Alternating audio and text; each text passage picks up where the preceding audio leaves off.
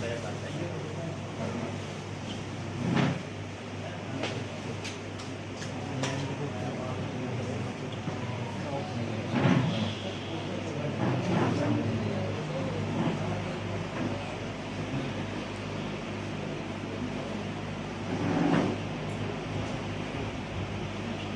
जी, आपको और जानना चाहेंगे कि भाजपा के प्रत्याशी अपनी हार को जातिगत जहर का घोल बता रहे हैं। जिस तरह से एनडीए गठबंधन सरकार 100 दिन का एजेंडा तय करके जो है कार्य करेगी, आपका क्या लक्ष्य होगा?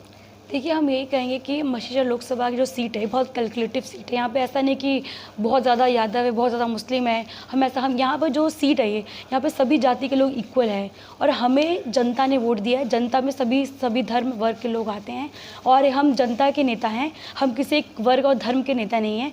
हम यही चाहेंगे कि यहाँ के जितने भी सबको एक साथ लेके विकास करें और सबकी जो दिक्कतें हैं उनका समाधान करें। जी, 24 जून से जो है चुनाव के बाद नया सत्र शुरू होने वाला है। जी, आप पहली बार सदन में बैठेंगे, बड़े पुराने नेता भी मौजूद रहेंगे, तो आपके दिमाग में क्या चल रहा है इस समय? जी देखिए, जब हम छोटे थे तो हम बचपन से सबको देखते आ रहे हैं बोलने के लिए। जब हम पिताजी के साथ जाते थे लोकसभा, जब एनेक्सी जाते थे तो हम उनके साथ जाते थे, कई बार बैठते भी थे वहाँ पे, सब लोगों से मिलती थी। तो मुझे लगता है हम भी एक बार आएंगे तो हम बैठ के बोलेंगे। आज जो हमारा सपना पूरा हुआ है तो हमें बहुत खुशी होगी। उन लोग जितने जो बड़े नेताओं के साथ बैठ के यहाँ पे उनसे बहुत कुछ सीखने को मिलेगा और हम सीखना भी चाहेंगे उनसे। सदन में आपको बोलने का अगर मौका मिलेगा तो आप अपने क्षेत्र के किन किन मुद्दों को पहले उठाएंगे? जी, पहला मुद्दा काशी द्वारका रहेगा, दूसरा अमूल फैक्ट्री का मुद्दा रहेगा और यहाँ हमारे यहाँ बहुत जगह रेलवे ट्रैक है जहाँ पे लोगों को 2-2, 3-3 घंटा खड़ा होना पड़ता है क्योंकि वहाँ पे जो फाटक बहुत देर तक बंद रहता है। वहाँ पे फुटओवर ब्रिज बनाने का बहुत पहले से ये चीज़ चला है लेकिन वहाँ पे सेंट्रल से कुछ कंसेंट चाहिए होता है, तो हम चाहेंगे पहले वो वाला काम करवाएं।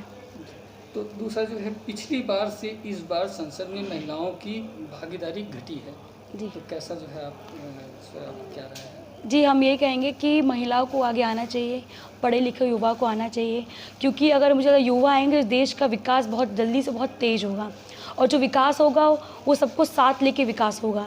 लेकिन अगर नहीं आएंगे तो ये जो विकास जो भी राजनीति है जो धर्म के बेसिस पे है वो नहीं हट पाएगा। युवा लोग आएंगे, महिलाएं लोग आएंगे, तभी जो राजनीति जो चल रही है उसमें जो धर्म की राजनीति हटा के विकास होगा। और महिलाओं को तो आना चाहिए। हमें लगता है महिलाएं आएंगी तो उनकी जो बात है अच्छी सदन में रखा जाएगा। अगर महिलाएं आएंगी तो उनकी दिक्कतें वो अपने अच्छे से रख सकते हैं। उनकी भागीदारी भी होनी चाहिए। इसके लिए 33% रिजर्वेशन जो बिल पास हुआ है, चाहे गवर्नमेंट में हो, चाहे लोकसभा, चाहे विधानसभा में हो, वो एग्जीक्यूशन की बात करेंगे हम। तो इस बार जो है विपक्ष मजबूत भी है और लोकसभा में अपने लिए डिप्टी स्पीकर की मांग कर रहा है, तो इस पर आप क्या कहते हैं? जी देखिए, इस पर तो हम जो बड़े लीडर्स उनका फैसला होगा और इस पर हम देखेंगे भी। देखिए,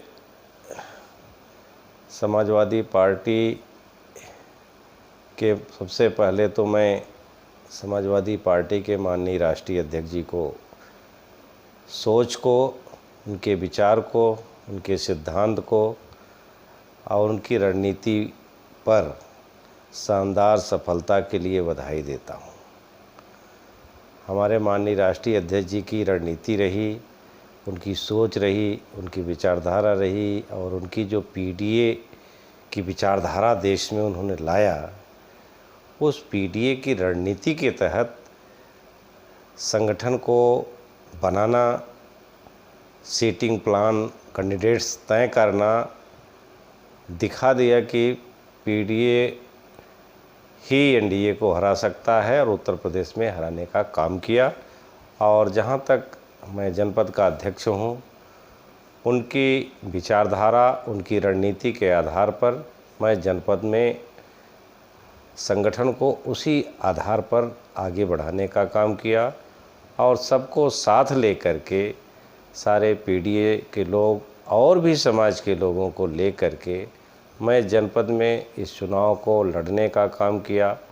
और जब से मुझे ज़िले की जिम्मेदारी मिली, मैं सबको सम्मान दे करके, जोड़ करके, माननीय राष्ट्रीय अध्यक्ष जी के निर्देशों को अक्षरशः पालन करते हुए मैं पार्टी को दोनों सीट जो हम इस जीत में हम अपने एक एक कार्यकर्ता, एक एक पदाधिकारी और इस जनपद के माननीय जनप्रतिनिधिगण और सभी का सहयोग मानते हुए और शानदार सफलता 1 लाख के लगभग वोटों से मैं जौनपुर संसदीय क्षेत्र में बाबू सिंह कुशवाहा जो समाजवादी पार्टी के इंडिया गठबंधन के प्रत्याशी थे उनको जीत मिली। और दूसरी हमारे जनपद से मछली शहर लोकसभा क्षेत्र की जो प्रत्याशी प्रिया सरोज थी वो लगभग 43,000 से इस जनपद से जीती। कुछ मतों के वहाँ हार के वजह से जो जीत यहाँ लगभग 36,000 के करीब रही, लेकिन मेरे जनपद से वो बड़े अंतर से जीती यहाँ भी। ये सबका सहयोग रहा, इंडिया गठबंधन के साथियों का भी सहयोग रहा। मैं समाजवादी पार्टी के सभी जनप्रतिनिधिगण का, सभी वरिष्ठ नेताओं का, सभी पदाधिकारियों का, सभी बूथ स्तर के कार्यकर्ताओं तक और निचले स्तर से जो भी लोग थे सबका सहयोग लेकर के पार्टी को जिताने का काम किए। इसके लिए मैं जनपद के सभी इंडिया गठबंधन के साथियों को, समाजवादी पार्टी के साथियों को, माननीय विधायकगण को, माननीय पूर्व विधायकगण को, माननीय जो हमारे पदाधिकारीगण हैं, पुराने, वर्तमान, पूर्व, सबको मैं बधाई देता हूं, शुभकामनाएं देता हूं। एक बड़ा ये वो सब विषयों पे जब कोई मामला किसी के विरुद्ध ख़ास तौर से पिछड़े समाज के लोग, दलित समाज के लोग जब आगे बढ़ने की कोशिश करते हैं तो उनको फंसाए जाने का काम हमेशा हुआ है, क्योंकि हमारे लोग शासन, प्रशासन और न्यायपालिका में नहीं है। जब बाबू सिंह कुशवाहा इस प्रदेश के मंत्री रहे तो साजिश के तहत, षड्यंत्र के तहत उनको तमाम मामलों में फंसाया गया है। उसका मामला, वो सब विषय का मामला न्यायालय में विचाराधीन है। वो जो न्यायालय का विषय है उस पर हम कोई कमेंट नहीं करते। लेकिन इतना सही है कि जब भी पिछड़े दलित समाज के लोग आगे बढ़ने की कोशिश करते हैं तो कोई न कोई षड्यंत्र करके उनको रोकने का काम किया जाता रहा है। ये जब से दिया, क्योंकि लोग नहीं चाहते कि पिछड़े समाज के लोग सत्ता में आएँ, वो विधायक बने, सांसद बने, मंत्री बने, सरकार में मुख्यमंत्री बने, प्रधानमंत्री बने। नहीं लोग चाहते। जो सामंतवादी विचारधारा के लोग हैं, जो सामंती सोच के व्यक्ति हैं, हम लोग क्या चाहते हैं? उनसे लड़ना नहीं चाहते। हम कहते हैं कि जाति गणना करा दो, जो संख्या आपकी है, जिसकी जो संख्या है उसको उतनी से हक अधिकार दे दो। यही तो मेरे नेता कहते हैं, जाति गणना की बात कहते हैं। संविधान के अनुसार देश चलेगा, देश संविधान से चलेगा, देश कानून से चलेगा। देश अगर कोई चाहे कि हम 400 पार की बात करके हम संविधान को ख़त्म कर देंगे, संविधान को बदल कर देंगे, सरकारी संस्थाओं को आप देख नहीं रहे हैं, लगातार सरकारी संस्थाओं को बेचा जा रहा है, कमज़ोर किया जा रहा है। क्या नहीं बेचा गया? आपको एयर इंडिया बेचा गया, आपका रेलवे बेचा गया, सब कुछ, टेलीफोन बर्बादी कर दिया गया। तो आप ऐसी क्योंकि वो जानते हैं कि दलित, पिछड़े मुसलमान समाज का संख्या बड़ी पॉपुलेशन है। जब नहीं नौकरियां रहेंगी, जब निजी क्षेत्रों में दे देंगे, इसीलिए हमारे नेता कहते हैं कि सरकारी के साथ साथ निजी क्षेत्रों में भी हमको आरक्षण मिलना चाहिए। ये समाजवादी पार्टी की नेता की सोच है, मांग है, हमारी भी मांग है कि निजी क्षेत्रों में भी आरक्षण पिछड़े को, दलित को मिलना चाहिए और आबादी के आधार पर हक अधिकार मिलना चाहिए। बड़ी पॉपुलेशन हमारी है, EWS आरक्षण से हमारे आरक्षण को चोट पहुंची है, इससे नुकसान हो रहा है। हमारी संख्या बढ़ाई जाए। जब 50% की बाध्यता समाप्त हो गई तो हमारा भी जाति गणना करा के हमारी भी आरक्षण की सीमा बढ़ाई जाए। ये मांग है समाजवादी पार्टी की, हमारी मांग है। देखिए, EVM पे हमारा वही विचार है जो हमारी पार्टी के माननीय राष्ट्रीय अध्यक्ष जी का विचार है। मेरा कोई अलग से विचार नहीं है। नहीं, ट्विटर हैंडल के जब मालिक ने आपत्ति की तब आप लोगों को इस पर जो है, इस पे भी माननीय राष्ट्रीय अध्यक्ष जी का विचार आया है। EVM पे आया है कि भाई टेक्नोलॉजी है, टेक्नोलॉजी से छेड़छाड़ की जा सकती है, ऐसी बात आई है। इसकी ये संदेह विपक्ष लगातार उठा रहा है कि इसमें कुछ न कुछ छेड़छाड़ की जा सकती है। अब ये तो विषय टेक्नोलॉजी वाले ही समझते होंगे। इस बार जो है लोकसभा में विपक्ष मजबूत है, तो क्या स्थितियां रहेंगी आप लोगों की? बिल्कुल, विपक्ष हमारा मजबूत है। समाजवादी पार्टी हमारी इंडिया की देश की तीसरी पार्टी बनी हुई है। हमारा इंडिया गठबंधन और एनडीए में बहुत फासले नहीं हैं। टेक्निकलिटी की वजह से कुछ दल उनके उधर चले हैं, साथ में हैं, लेकिन हम विपक्ष की भूमिका हमारी पार्टी लोकसभा में भी और जनपद में भी हम मजबूती के साथ जनता की आवाज़ को यहाँ भी उठाने का काम करेंगे और संसद में भी जो जनता की समस्याएं हैं, वर्तमान में जो हमारे आरक्षण पे के साथ, संविधान के साथ, महंगाई के साथ, बेरोजगारी के साथ, लगातार नौजवानों के भविष्य के साथ खिलवाड़ हो रहा है, सेना के नौजवानों के साथ जो सेना भर्ती हमारी जो मांग है, उसको लगातार समाजवादी पार्टी और इंडिया गठबंधन लोकसभा में हमारे नेता और हमारे माननीय सांसदगण उठाने का काम करेंगे और उसकी लड़ाई मजबूती से लड़ेंगे। 2027 में विधानसभा चुनाव होने वाले हैं, उसके लिए क्या रणनीति बनाई जा रही है? हमारी रणनीति तो वही है जो लोकसभा में थी, उस रणनीति को और हम विस्तार देंगे। जैसे अब विस्तार देंगे, जो अगर इधर उधर लोग हैं, गुमराह हैं, उनको भी हम जोड़ेंगे। अगर थोड़ा बहुत अगर भी हमारे साथ नहीं समझ पाए, उनको भी हम अपने साथ लेने का काम करेंगे। और उत्तर प्रदेश में तो हमने सफाया कर ही दिया है। 43 इंडिया गठबंधन है, जिसमें अकेले समाजवादी पार्टी 37 है और उनके टोटल 37 लोग हैं। टोटल इंडिया गठबंधन के अगेंस्ट है, तो हम बहुमत में तो हैं। आज सरकार के उत्तर प्रदेश की जनता का जनादेश हमारे साथ है, इंडिया गठबंधन के साथ है। वो तो अल्पमत में है, जनता की इच्छा उनके साथ नहीं है।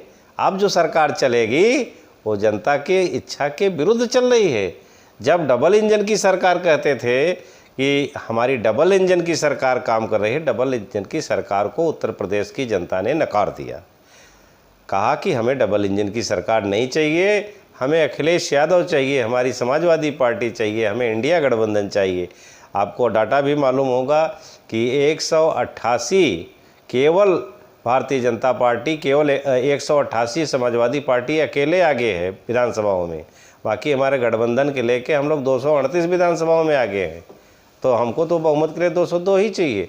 तो हमारा जनाधार साफ है। कुछ सीटें हमारी तो जानबूझ करके जो बात आ रही है कि गलत तरीके से उनको रोकने का काम किया, हराने का काम किया गया है।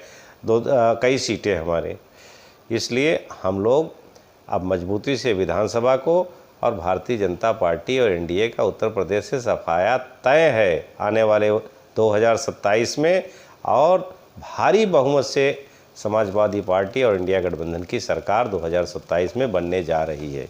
देखिए, जो लोग जातिवादी हैं हमेशा जातिवाद की बात करते हैं और हजारों वर्ष से जाति करते हैं। हम तो जाति की बात नहीं करते, हम तो सभी जातियों समाजवादी पार्टी और समाजवादी पार्टी के माननीय राष्ट्रीय अध्यक्ष जी सबका सम्मान करते हैं। सभी जातियों को उनके कहने से होगा, वो तो उनके कहने से हमने तो यहाँ मौर्या लड़ाया, यहाँ कुशवाहा समाज के व्यक्ति को पार्लियामेंट लड़ाया, वहाँ मछली शहर में हमने पासी समाज के व्यक्ति को टिकट दिया, तो बगल में आप निषाद समाज को रायबरेली सुल्तानपुर में लड़ाने का काम किया। अम्बेडकर नगर से कुर्मी समाज के व्यक्ति लड़े चुनाव, भदोही में ब्राह्मण समाज के व्यक्ति लड़ा, गाजीपुर में मुस्लिम समाज के व्यक्ति लड़े। वो उनको जातिवादी लोग, जो जातिवादी हैं वो लोग घोर जातिवादी हैं। कहते उनके मुंह में कुछ है, करते कुछ है, कहते कुछ है। उनकी बात पे जनता अब समझ गई है कि कौन जातिवादी है, कौन समाजवादी है। समाजवादी कभी जातिवादी नहीं हो सकता। समाजवादी पार्टी के लोग जातिवादी कभी हो ही नहीं सकते। समाजवादी पार्टी समाजवादी पार्टी एक विचारधारा है, एक आंदोलन है। हम लोग जातिवादी, हमारे आदर्श डॉक्टर राम मनोहर लोहिया जो थे वो व्यापारी समाज से आते थे, उनको हम हमारे आदर्श हैं। डॉक्टर राम मनोहर लोहिया के आदर्शों पे चल के समाजवादी पार्टी के नेता श्रद्धेय माननीय मुलायम सिंह यादव, श्रद्धेय सम्मानित हमारे माननीय अखिलेश यादव जी चल रहे हैं। उसको हम ले जाने का हम अपने इस पीडीए विचारधारा के आधार पर हम समाजवादी पार्टी को पूरे देश में फैलाने का, मजबूत करने का काम करेंगे। अभी 37 नहीं, बड़ी संख्या हमारी भविष्य में आएगी और हमारी पार्टी अन्य प्रांतों में भी मजबूती से हमारा संगठन है काम कर रही और मजबूत होगी। जैसा कि आप सब जानते हैं कि आजकल दिल्ली में एक्सट्रीम हीट वेव, भीषण गर्मी की स्थिति है। इस भीषण गर्मी की स्थिति में दिन का तापमान तो 47-48 डिग्री पहुंच ही रहा है, रात का तापमान भी 40-41 डिग्री पहुंच रहा है। ऐसी भीषण गर्मी में पानी की ज़रूरत हर व्यक्ति की बढ़ जाती है। आज दिल्ली वालों को ज़्यादा मात्रा में पानी की ज़रूरत है, लेकिन जिस समय इस भीषण गर्मी की वजह से दिल्ली वालों को ज़्यादा पानी की ज़रूरत है, आज दिल्ली में पानी की कमी हो गई है। दिल्ली में पर्याप्त पानी नहीं है। क्यों है दिल्ली में आज पानी की कमी? क्यों दिल्ली में त्राही त्राही मची हुई है? क्यों दिल्ली के लोग बूंद बूंद पानी के लिए तरस रहे हैं? हमें ये समझना होगा कि दिल्ली में कुल पानी की सप्लाई 1050 MGD है। इस 1050 MGD में से 613 MGD हरियाणा से आता है और हरियाणा से यमुना नदी में आता है। कल यानी 18 जून को हरियाणा से जो पानी की मात्रा 613 MGD आनी थी, वो घटकर 513 MGD हो गई है। यानी 100 MGD की पानी की कमी आज के दिन में दिल्ली में है। 100 MGD की पानी की कमी का क्या मतलब हुआ? 1 MGD पानी तकरीबन 28,500 लोगों को पानी देता है। यानी अगर दिल्ली को हरियाणा से 100 MGD पानी कम मिल रहा है, इसका मतलब ये है कि 28 लाख लोगों को पानी कम मिल रहा है। ये आज दिल्ली की स्थिति है। दिल्ली के लोग बहुत परेशान हैं और दिल्ली के लोगों की ये परेशानी दूर करने के लिए हमने हर संभव प्रयास कर लिए। मैंने हरियाणा के मुख्यमंत्री को पत्र लिखा, लेकिन हरियाणा ने फिर भी पानी नहीं दिया। मैंने हिमाचल के मुख्यमंत्री से बात करी, उन्होंने कहा वो हिमाचल से पानी देने को तैयार हैं, लेकिन वो पानी भी हरियाणा से होते हुए आना है। हरियाणा ने हिमाचल का पानी भी देने से मना कर दिया। मैं सुप्रीम कोर्ट गई, मैंने सुप्रीम कोर्ट के सामने गुहार लगाई कि दिल्ली को ये 100 MGD पानी की ज़रूरत है, वरना 28 लाख लोगों को पानी नहीं मिल रहा। सुप्रीम कोर्ट ने भी माना कि दिल्ली में पानी का संकट है, लेकिन उसके बावजूद भी हरियाणा सरकार ने दिल्ली को पानी नहीं दिया। हमारे विधायक जल शक्ति मंत्री से मिलने गए, वो हमारे विधायकों से नहीं मिले। कल दिल्ली सरकार के सारे उच्च अधिकारी हरियाणा सरकार के अफसरों से मिलने गए, उनसे दिल्ली वालों के लिए, दिल्ली के 28 लाख लोगों के लिए पानी मांगने गए, लेकिन हरियाणा ने पानी देने से मना कर दिया। दिल्ली में 3 करोड़ लोग रहते हैं और 3 करोड़ लोगों को कुल पानी मिला है 1050 MGD, जो दिल्ली का एलोकेशन है। हरियाणा में भी 3 करोड़ लोग रहते हैं, लेकिन हरियाणा का पानी का एलोकेशन 6050 MGD का है। तो हरियाणा को दिल्ली को अगर 100 MGD पानी देना भी है, वो उसके कुल पानी का मात्र 1.5% है। फिर भी हमारी हर संभव कोशिश के बाद हरियाणा सरकार दिल्ली को पानी नहीं दे रही है। अब दिल्ली वालों का कष्ट हदें पार कर गया। दिल्ली वाले बूंद बूंद पानी के लिए तरस रहे हैं।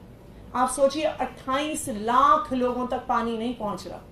वो घंटों घंटों पानी का इंतजार कर रहे हैं, टैंकर का इंतजार कर रहे हैं, कम से कम पानी में अपनी जिंदगी चला रहे हैं, लेकिन फिर भी हरियाणा सरकार दिल्ली को पानी नहीं दे रही।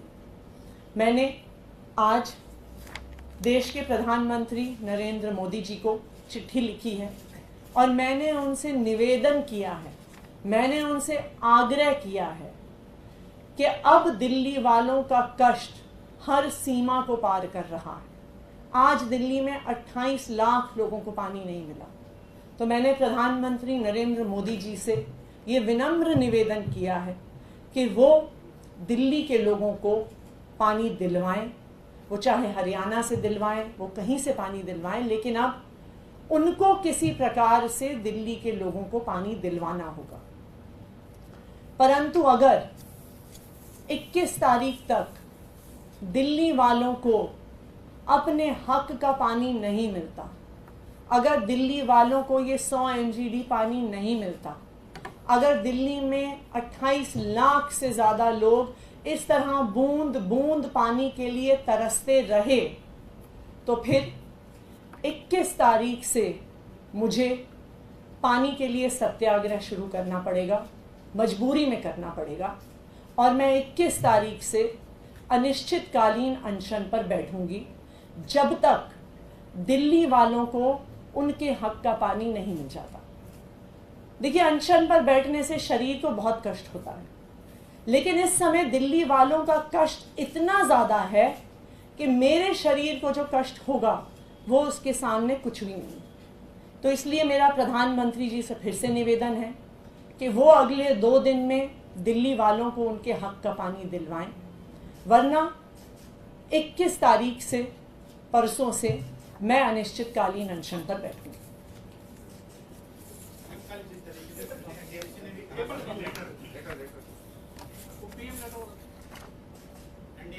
से कहा गया कि हमें पानी जो जल बोर्ड से मिलना चाहिए था, वो पानी हमें तकरीबन 500 लीटर का पानी, 500 MGD का वो पानी नहीं मिल रहा है, तकरीबन 30%। देखिए, मैंने तो आपको बताया दिल्ली में 28 लाख लोगों को पानी नहीं मिल रहा है और वो दिल्ली के अलग अलग हिस्सों में होंगे। 1 MGD पानी 28,500 लोगों को पानी की सप्लाई देता है। 1 MGD पानी, दिल्ली के पास 100 MGD पानी कम आ रहा है। इसका मतलब 28 लाख लोगों के पास पानी कम आ रहा है।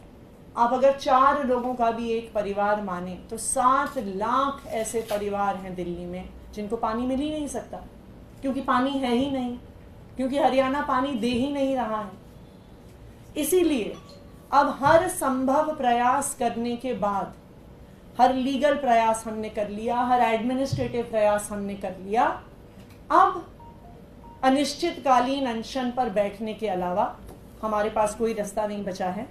तो अगर दिल्ली वालों को 21 तारीख तक पानी नहीं मिलता तो 21 तारीख से मैं अनिश्चितकालीन अनशन पर बैठूंगी। मैम, हरियाणा की तरफ से जो ये कहा जा रहा है कि 1100 क्यूसेक से अधिक पानी हम पर डे दे रहे हैं और दिल्ली की सीमा में जाके वो कहाँ जाता है, ये दिल्ली के ऊपर में जिम्मेदारी है। क्या आप लोग कुछ ये तय कर पाए हैं कि हरियाणा आपको 1100 क्यूसेक से अधिक पानी हर दिन देता है? देखिए, अब तो हम सिर्फ हरियाणा वालों के सामने हाथ जोड़ रहे हैं। आज दिल्ली में 100 MGD पानी की कमी है। अब वो पानी कहाँ से आएगा? इन 28 लाख लोगों को पानी कहाँ से मिलेगा? क्या दिल्ली वाले बूंद बूंद पानी के लिए तरसते रह जाएंगे? आज दिल्ली के लोग इतने परेशान हैं पानी के लिए, लेकिन हरियाणा सरकार अपना 1.5% पानी भी नहीं दे रही। देखिए, मुझे भी पता है हरियाणा में भी हीट वेव है, हरियाणा वालों को भी पानी चाहिए, लेकिन 3 करोड़ की आबादी पे हरियाणा के पास 6050 MGD का एलोकेशन है। 3 करोड़ की आबादी पे दिल्ली के पास 1050 का, हरियाणा के पास 6500 MGD का एलोकेशन है। दिल्ली के पास 3 करोड़ की आबादी पे 1050 MGD का एलोकेशन है।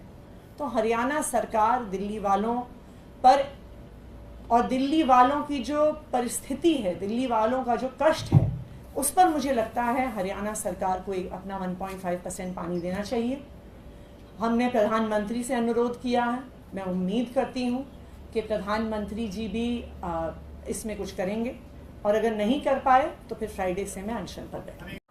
देखिए, जो चुनाव आम था, उस आम चुनाव में जहां प्रत्याशी बन के लोग आए और जनता के बीच में गए, जनता एक जात की ही नहीं होती, और मैं समझता हूं कि जाति धर्म और मजहब दल और पार्टी से भी ऊपर उठ करके जनता को जहां अपना निर्णय लेने का अवसर बनता है उसी जगह पर अवसर के हिसाब से उन्होंने निर्णय लिया। बाबू सिंह कुशवाहा जीते, इसके बाद कोई बात किसी का कहना उसका अपना निजी मामला हो सकता है। दिशा निर्देश यह है कि सब लोग जिस तरह से जनता के बीच में गए हैं और जनता के बीच में जाकर के अपनी बात को रखने का लोगों ने काम किया है, ऐसी दशा में वो सारी धारणा बना के रखें।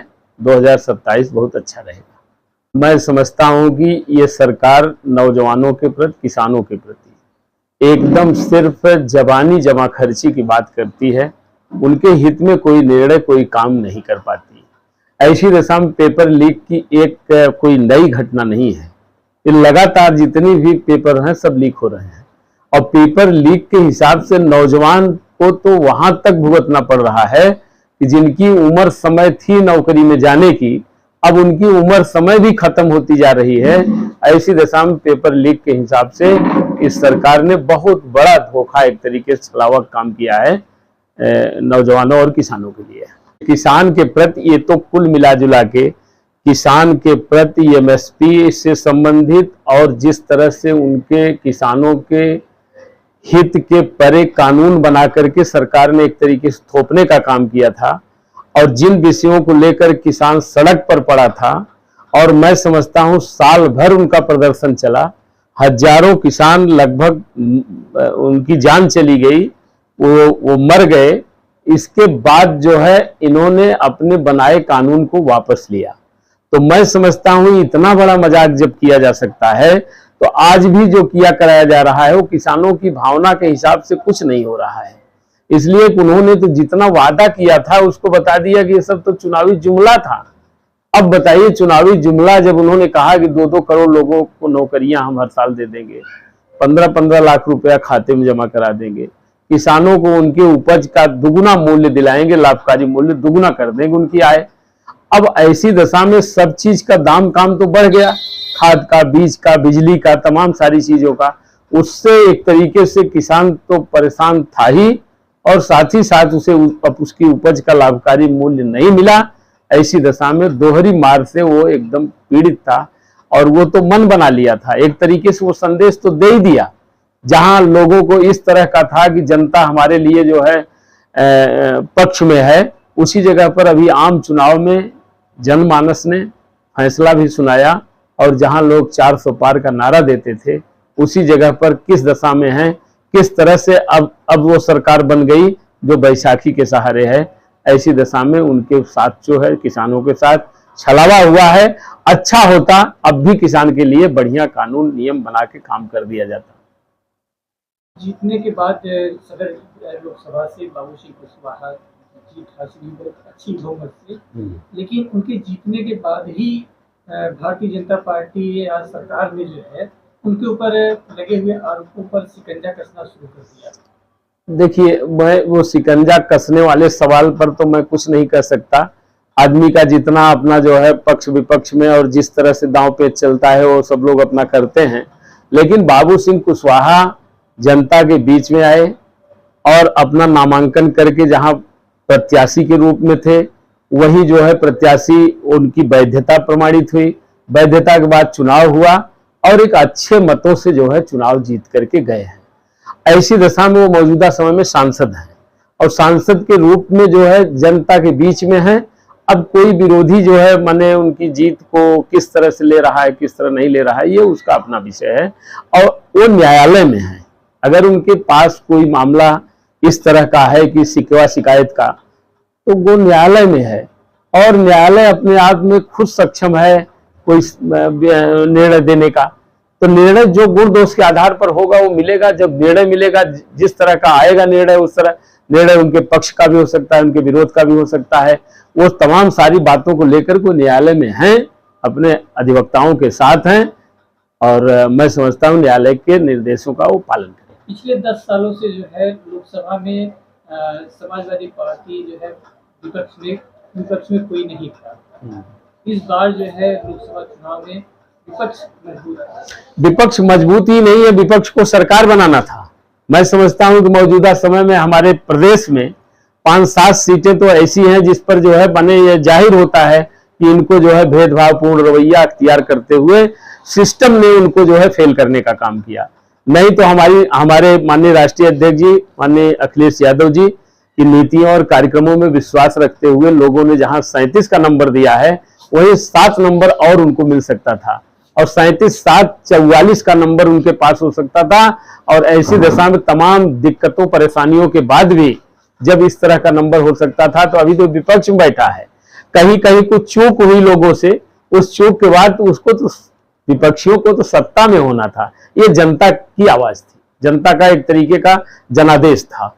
ये एक बड़ा मुद्दा जो है बड़ी तेजी से उठ रहा है। अभी 2 दिन से प्रधानमंत्री जी जो है अपने लोकसभा क्षेत्र में रहे, उन पर जो है एक वीडियो भी वायरल हुआ कि उनकी रैली में जो है जूते फेंके गए, चप्पल, ये वायरल है। इससे पुष्टि नहीं हुई है, वायरल की वीडियो दिखाई गई है।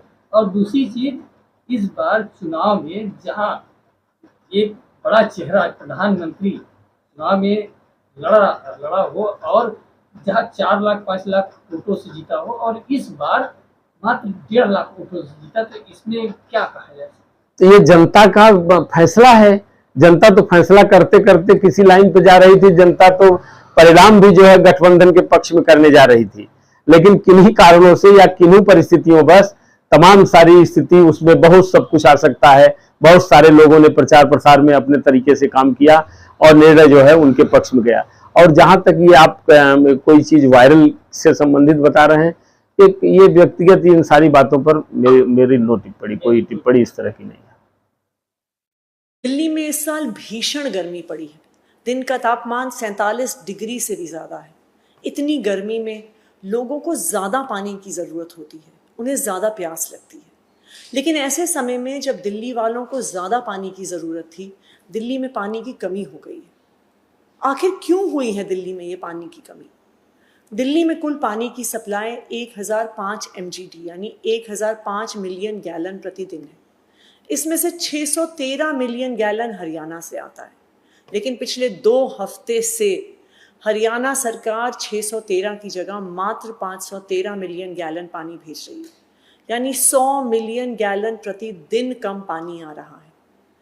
इतने पानी से 28 लाख लोगों को पानी मिलता था, और आज वो 28 लाख दिल्ली वाले बूंद बूंद पानी के लिए तरस रहे हैं। मैंने जल मंत्री होने के नाते हर संभव कोशिश कर ली इस समस्या का समाधान करने के लिए। मैंने हरियाणा के मुख्यमंत्री से बात करी, पर हरियाणा सरकार ने पानी नहीं छोड़ा।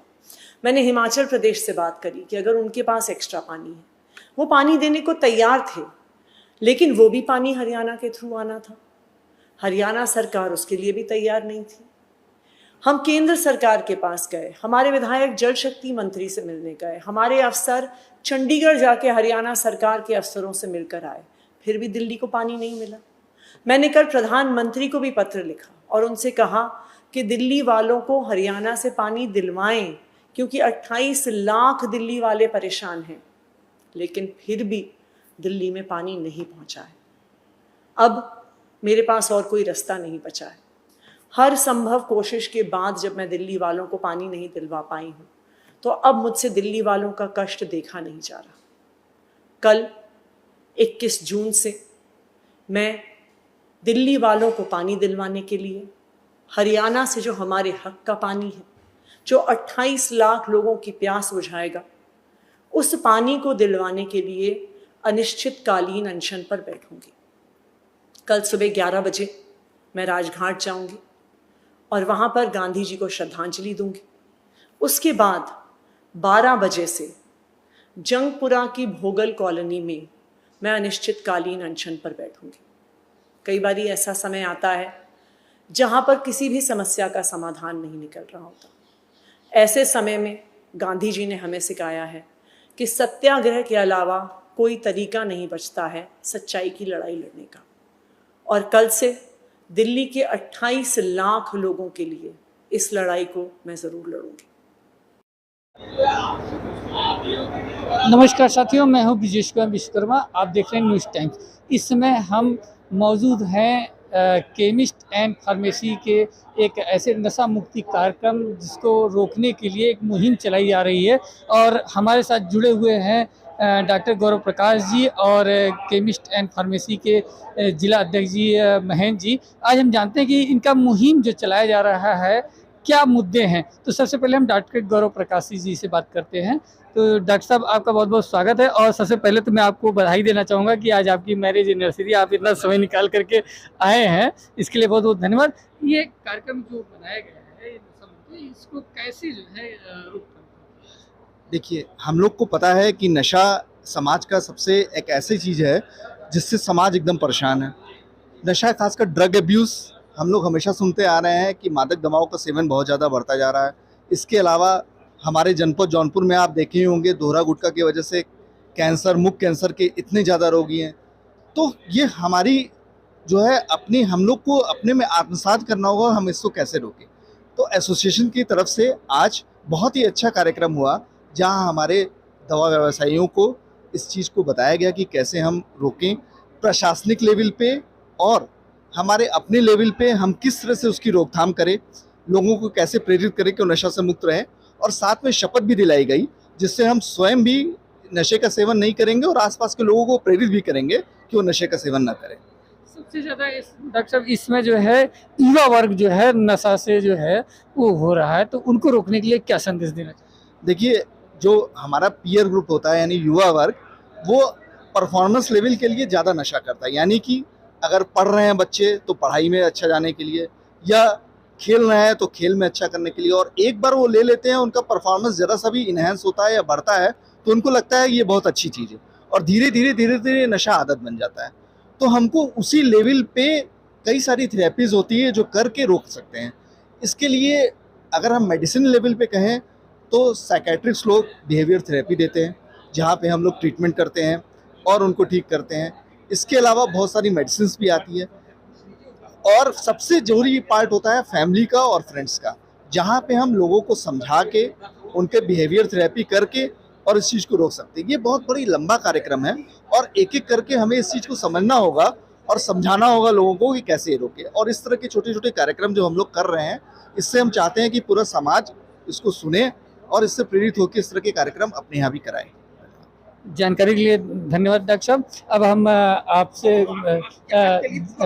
अध्यक्ष जी से जानना चाहते हैं कि दवाओं के जो इस तरह की नशीली दवाएं हैं उनको रोकथाम के लिए क्या प्रयास किया जा रहा है। तो सबसे पहले महेंद्र जी, आपको बहुत बहुत स्वागत है।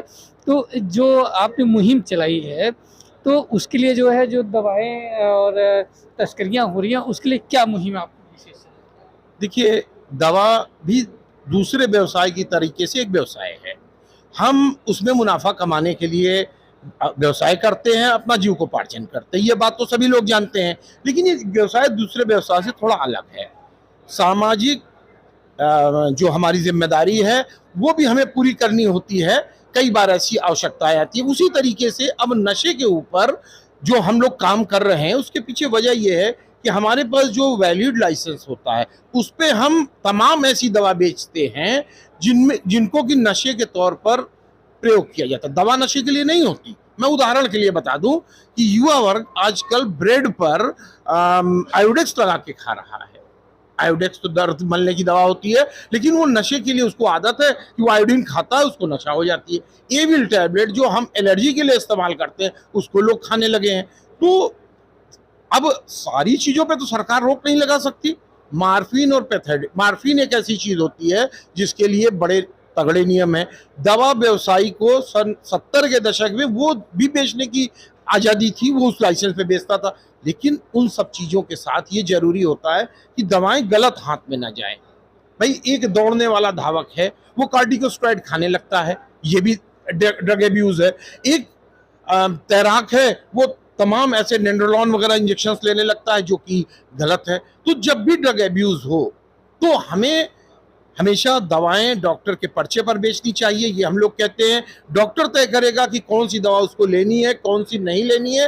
यानी हम अपने व्यापारी से कहते हैं कि डॉक्टर की उस पर लें। कोई व्यक्ति अगर आता है, हमें बहला फुसला के दवा लेना चाहता है, ज़्यादा पैसे दे के दवा लेना चाहता है, हम उसे कतई न बेचें। हम अपनी जिम्मेदारी का अगर निर्वहन करेंगे तो इसको रोका जा सकता है। एक चीज़ आपको और बता दें, कप सिरप,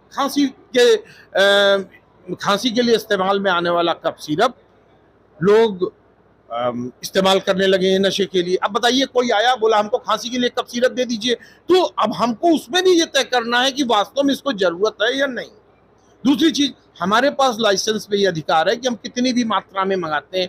अब कुछ लोग इन कप सिरप को, आप लोग भोजन का आनंद लेने के बाद कृपया रजिस्टर पे अपनी साइन और अपना मोबाइल नंबर जरूर लगाएं। तो उस कप सिरप को दवा के लाइसेंस पर मंगाकर बड़ी मात्रा में ट्रकों मंगाकर उसे आसाम और पश्चिम बंगाल के रास्ते बांग्लादेश और म्यांमार तस्करी की जाती है। अब बताइए, चलिए तस्करी हो रही है, जा रहा है, वो लोग इस्तेमाल कर रहे हैं, हमें उससे क्या मतलब है। लेकिन क्या है, उसके पैसे के एवज में वहां से दूसरे नशीले पदार्थ, हथियार या सोना इसमें गल होके आता है।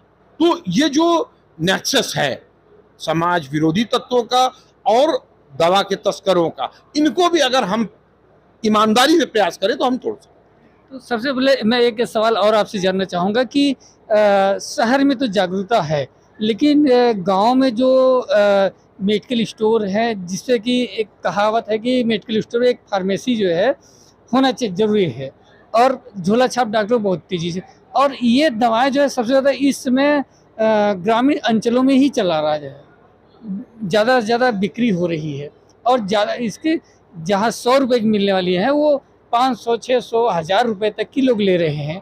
तो उस पर कैसे आप रोक लगाएंगे? देखिए, मैं ये बात, इसका जवाब आपको पहले दे चुका हूँ।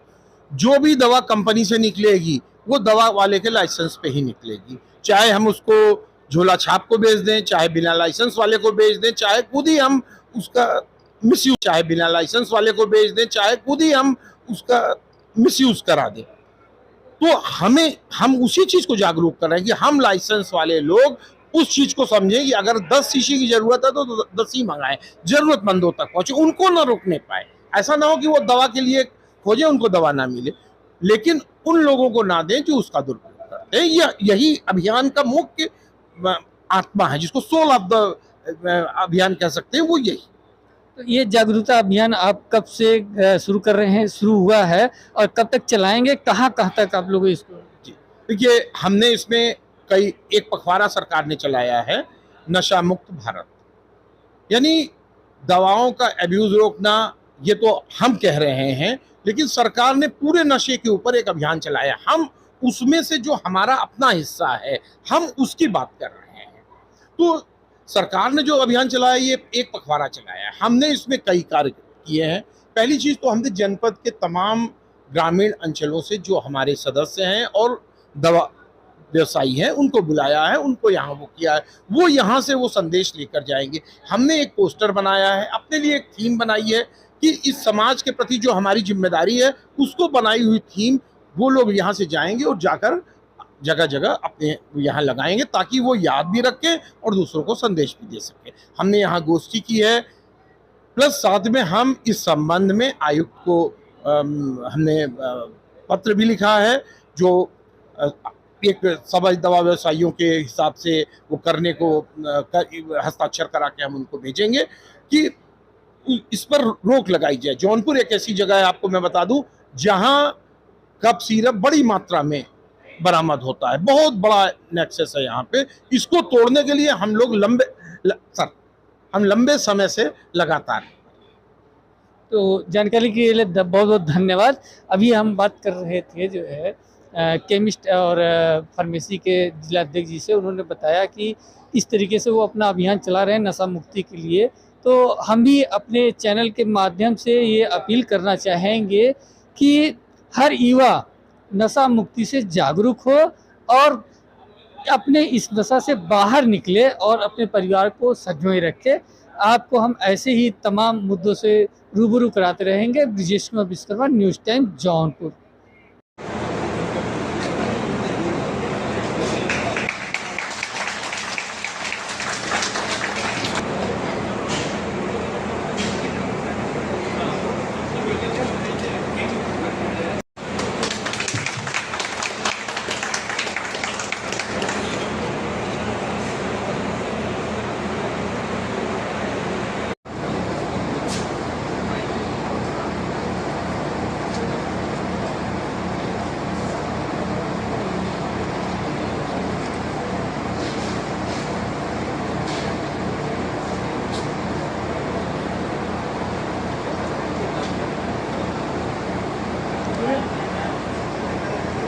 देश के यशस्वी प्रधानमंत्री जी ने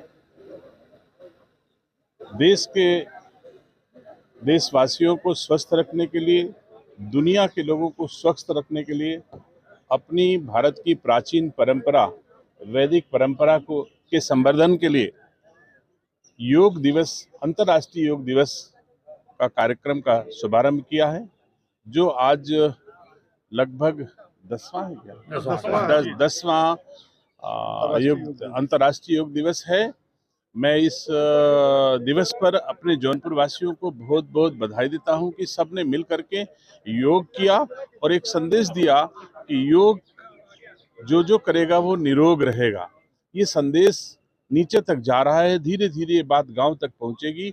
वो परंपरा जो हमेशा स्वस्थ रहने के लिए, जब दवाएं नहीं थी, तमाम चीज नहीं था हम लोगों के लिए, तब दुनिया भर के लोग योग करके और अपने को स्वस्थ रखते थे, दीर्घायु होते थे। और आज के युग में इसकी आवश्यकता हर व्यक्ति को है, नौजवान, बच्चे, बूढ़े, हर आयु वर्ग के लोगों को है। और दुनिया हमारे मोदी जी के इस योग को अडॉप्ट करके बिना किसी खर्च के अपने को स्वस्थ रखने में कामयाब हो रही है। मैं पुनः बधाई देता हूं और अच्छे कार्यक्रम के लिए, चूंकि मैं जौनपुर का प्रभारी मंत्री हूं, उत्तर प्रदेश सरकार के मुख्यमंत्री आदरणीय योगी आदित्यनाथ जी के आदेशानुसार हम आज जौनपुर में इस योग दिवस का हिस्सा बने। हमारे अपनी ओर से, अपने उत्तर प्रदेश के मुख्यमंत्री की ओर से, देश के यशस्वी प्रधानमंत्री जी की ओर से योग दिवस की सबको बहुत बहुत शुभकामना देता हूँ। आज आप प्रभारी मंत्री की हैसियत से परियोजनाओं का जो चल रही है उनका निरीक्षण भी करेंगे। कौन कौन सी प्रमुख परियोजनाएं जिनका? अब मैं समझता हूं कि जो महसूस कर पाएंगे कि हाँ यहाँ आवश्यकता है, हम रिव्यू करें कि प्रगति धीमी है अथवा कहीं से कोई शिकायत मिली होगी कि वहाँ पर गुणवत्ता पर काम नहीं हो रहा होगा, तो उन चीज़ों का निरीक्षण करेंगे और कोशिश करेंगे कि जौनपुर को गुणवत्ता परक प्रशासन, गुणवत्ता परक विकास योजनाएं गांव-गांव गली तक पहुंचे, इसका मेरा प्रयास है। शासन की मंशा है कि ये जो गड्ढे हैं सड़कों पर और या इस तरह के, उसको बरसात के पहले भर दिया जाए। मुझे नहीं लगता है कि योगी जी के नेतृत्व में राज्य की जितनी भी सड़कें हैं, गड्ढा मुक्त का एक बृहद अभियान चलाया जाता है और हर लोग इसमें शरीक होते हैं।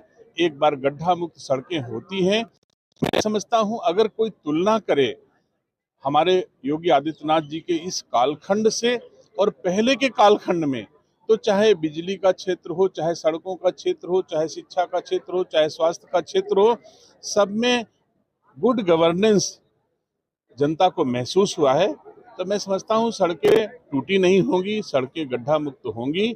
कहीं वैसे मुझे ऐसा महसूस नहीं होता है, अगर क्षेत्र के लोग, हमारे जनप्रतिनिधि भी अभी हमारे साथ बैठेंगे और कहीं ऐसा महसूस होगा कि सड़कों में कहीं गड्ढे हैं या खराब स्थिति है, तो तत्काल निर्देश दिए जाएंगे कि उनको मोटरेबल किया जाए और गड्ढाबंदी करी जाए। हमारा अनुरोध है कि आज जौनपुर शहर में जरूर आप भ्रमण करिएगा। जौनपुर की सड़कें कितनी खराब हैं, स्थिति जो 5 साल से चल रहा है, इसको भी आप जरूर ध्यान में रखें।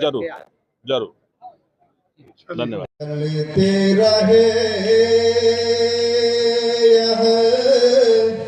योग की ज्योति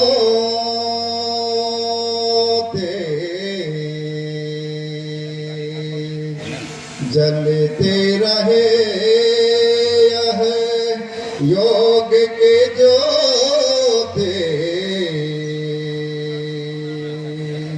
हर पल हमें मुस्कायो, पायो जी मैं तो योग रतन धन पायो, वस्तु अमोल के दे मेरे सतगुरु, वस्तु अमोल के दे मेरे सतगुरु, कृपा करे अपनायो, पायो जी मैं तो योग रतन धन पायो, पायो जी मैं तो योग रतन धन पायो। चलो सर जी बोलो आप बोलो।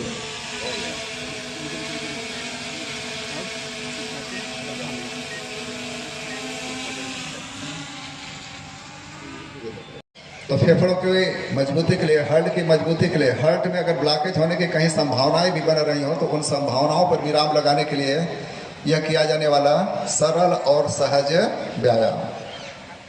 और उल्टा भी कर लेंगे, 4 से 6 बार एक दिशा में तो 4 से 6 बार दूसरी दिशा में, दोनों दिशाओं में, क्लॉकवाइज और एंटी क्लॉकवाइज, आराम आराम से, बहुत धीमी गति के साथ, बहुत मध्यम गति के साथ। पुनः दोनों हाथों को एक साथ नीचे को ले चलें। फिर 1 से 2 बार लंबी गहरी सांसों को ले लें।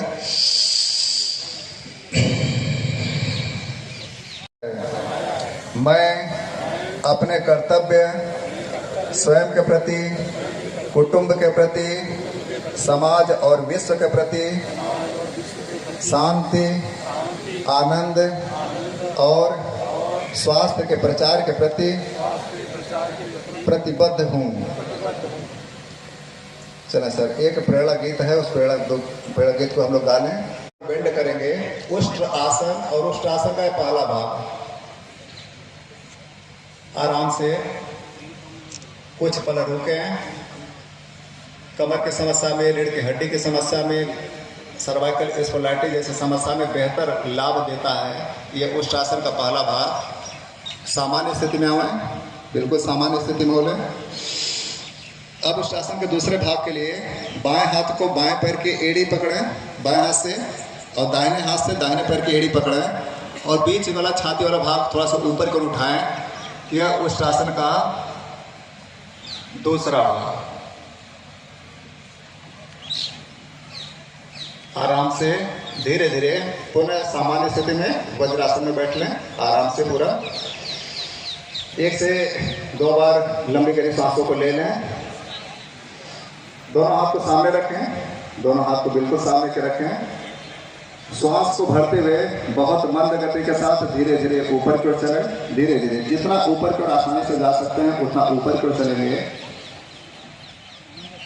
और धीरे धीरे श्वासों को छोड़ते हुए दोनों हाथों को पूरा फैलाएंगे, माथा को जमीन से सटाएंगे। शशक आसन। जिसको कमर में दर्द हो वह आगे की ओर न झुके।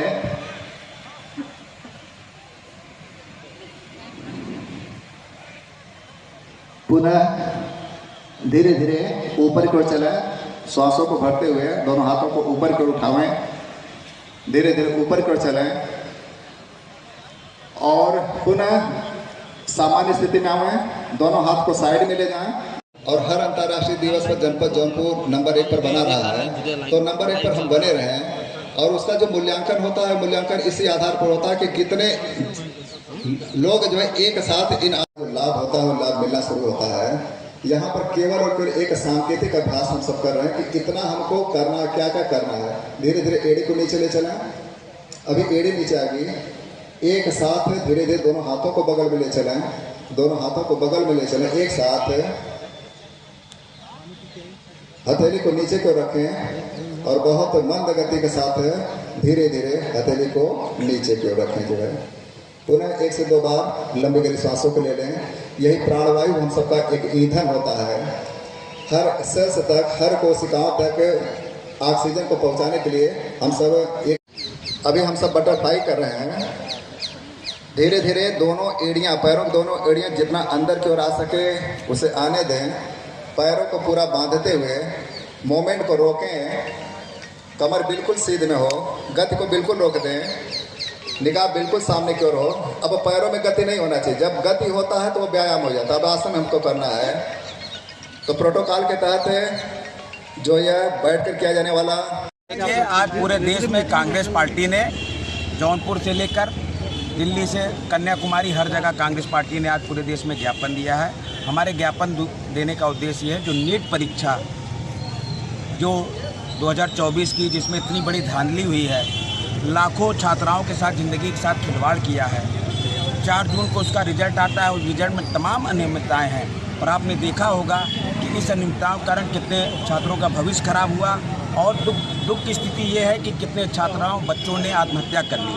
हम भारत सरकार से मांग करते हैं कि शिक्षा मंत्री को तुरंत से तुरंत बर्खास्त किया जाए और नीट परीक्षा को तुरंत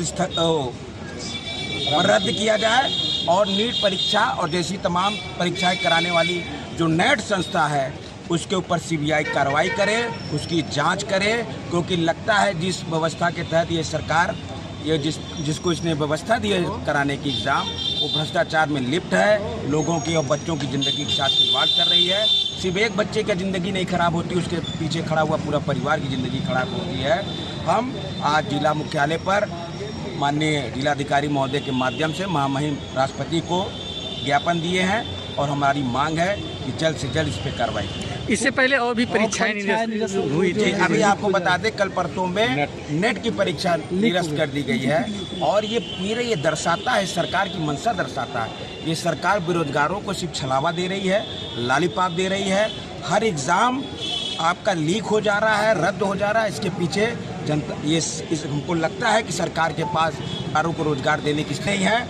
आप विश्वास नहीं करें, ये देश पर करा जा रहा है 1 रुपया इस देश का जो पेशार और जो संस्थाएं और शिक्षा मंत्री सब इसके जिम्मेदार हैं और हम मांग करते हैं शिक्षा मंत्री को सामाजिक रूप से अपनी जारी लेते हुए इस्तीफा देना चाहिए, नहीं तो उनको बर्खास्त करना चाहिए।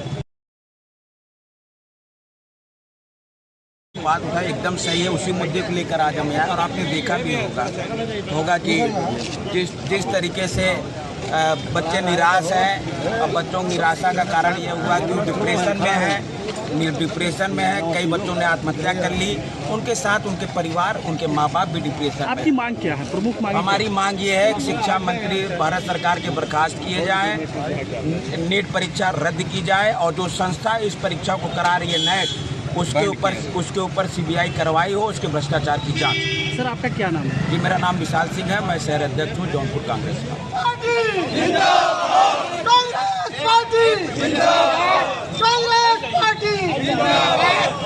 नीट परीक्षा रद्द करो, नीट परीक्षा रद्द करो,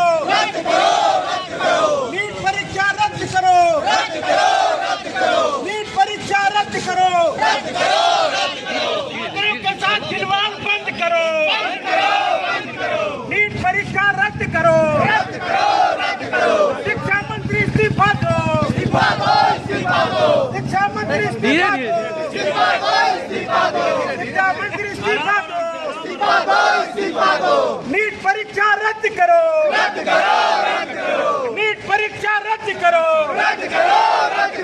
कांग्रेस पार्टी जिंदाबाद, राहुल गांधी जिंदाबाद, नीट परीक्षा रद्द करो, नीट परीक्षा रद्द करो, शिक्षा मंत्री इस्तीफा दो, शिक्षा मंत्री इस्तीफा दो, कांग्रेस पार्टी अभी की अंगड़ाई है, अभी की अंगड़ाई है, कांग्रेस पार्टी नीट परीक्षा रद्द करो, नीट परीक्षा रद्द करो, नीट परीक्षा रद्द करो, राहुल तुम संघर्ष करो। इसमें 7 मार्च 2024 को माननीय मुख्यमंत्री द्वारा एक अध्यादेश जारी किया गया कि नजूर की भूमि जितनी भी है उत्तर प्रदेश में समस्त जमीनों पर अधिग्रहण किया जाए।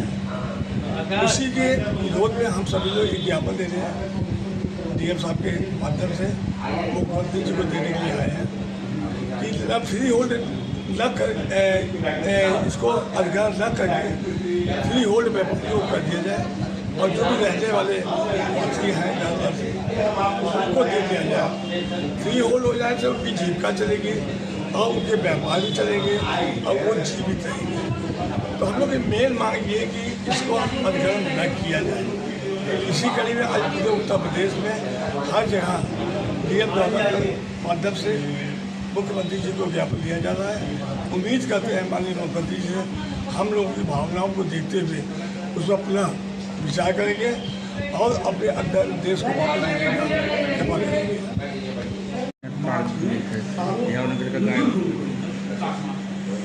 वो बहुत ही कम व्यापारी तो है, इसमें सामान्य जन को ज़्यादा क्षति होगी। युवा आधार करने के बाद हम जौनपुर की बात करें, आज के दिन पूरे प्रदेश में माननीय मुख्यमंत्री जी को ये ज्ञापन दिया जा रहा है और माध्यम से माननीय जिला अधिकारी महोदय प्रत्येक मुख्यालय, इसका हमारा मुख्य मांग है। इस तरह से विशेषकर हम जौनपुर की अगर बात कर रहे हैं तो जौनपुर शहर आधा नजूल और इस मानक से पूरा तरह नष्ट हो जाएगा। हम लोगों की मांग है आपके माध्यम से कि हमारे माननीय मुख्यमंत्री जी इस पर विचार करें और ये बहुत ही गलत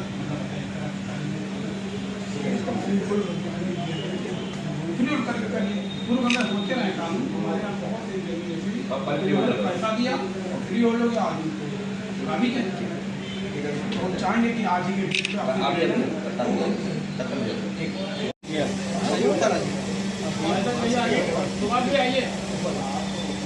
पे आइए देखिए भैया हमारा फोटो का चेक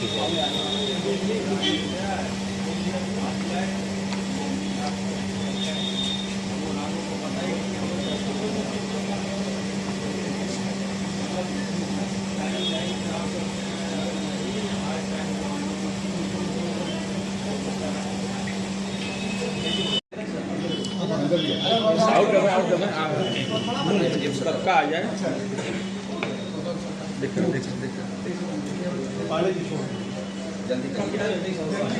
और दबा अच्छा आओ सर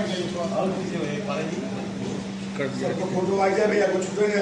अरे आप तो छूट गए ना, तो आप आगे इधर है कोई बात नहीं, आइए प्रदेश में है आगे आप आगे आइए इस बात ठीक है। तारमंडल सिंह सीधा है हमारे परिचय हो जाए प्रदेश के हमारे उपाध्यक्ष हमारे सुमेश्वर के प्रदेश मंत्री में।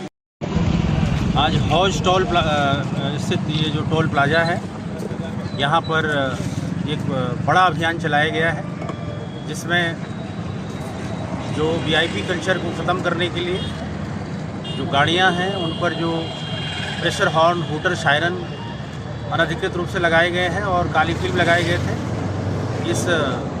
इनको हटवाने के लिए और इन अनधिकृत गाड़ियों का चालान करने के लिए एक बड़ा अभियान चलाया गया जिसमें COCT, CO अंडर ट्रेनिंग और यातायात निरीक्षक उनकी पूरी टीम और परिवहन विभाग और उनकी टीम और थाना प्रभारी जफराबाद उनकी टीम और अन्य पुलिस बल और अन्य इसमें जितने भी हमारे मैकेनिक और सहयोगी शामिल रहे और सब ने मिलकर एक बहुत ही मैसिव अभियान चलाया और बहुत हम लोगों ने सभी गाड़ियों की बारीकी से उनकी चेकिंग की, छानबीन की, तो उसमें लगभग 150 गाड़ियों का चालान किया गया और लगभग 80 गाड़ियों की काली फिल्म उतारे गए और कुल मिलाकर के 65 गाड़ियों से प्रेशर हॉर्न और हूटर के डिवाइसेस निकलवाए गए, नियमानुसार उनका चालान किया गया और सबको हिदायत की गई कि वीआईपी कल्चर किसी कीमत पर बर्दाश्त नहीं किया जाएगा। MB एक्ट के अंदर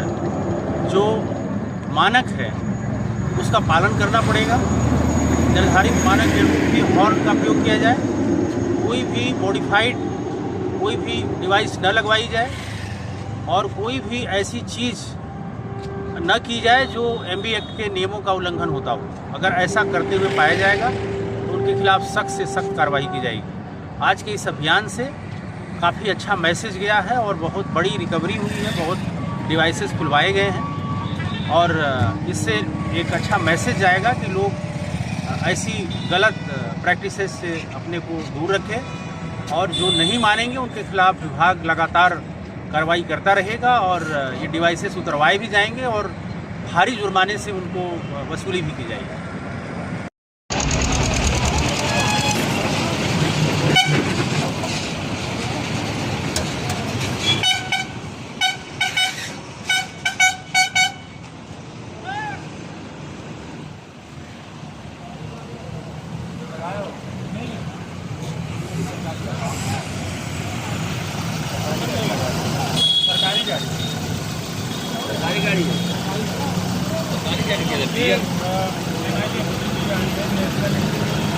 अनुबंध पत्र मिनिस्ट्री टेक्सटाइल के नाम सरकारी थोड़ी हो जाएगी यार, प्राइवेट है। नहीं सर, कागज दिखा सकते हैं, RC दिखा सकते हैं। नहीं तो पीला पेट नहीं तो कैसे गवर्नमेंट पेट हो जाएगा। लगी हुई गाड़ी नहीं है, ये संस्था के नाम पे गाड़ी NIFT नेशनल डायरेक्टर साहब की गाड़ी।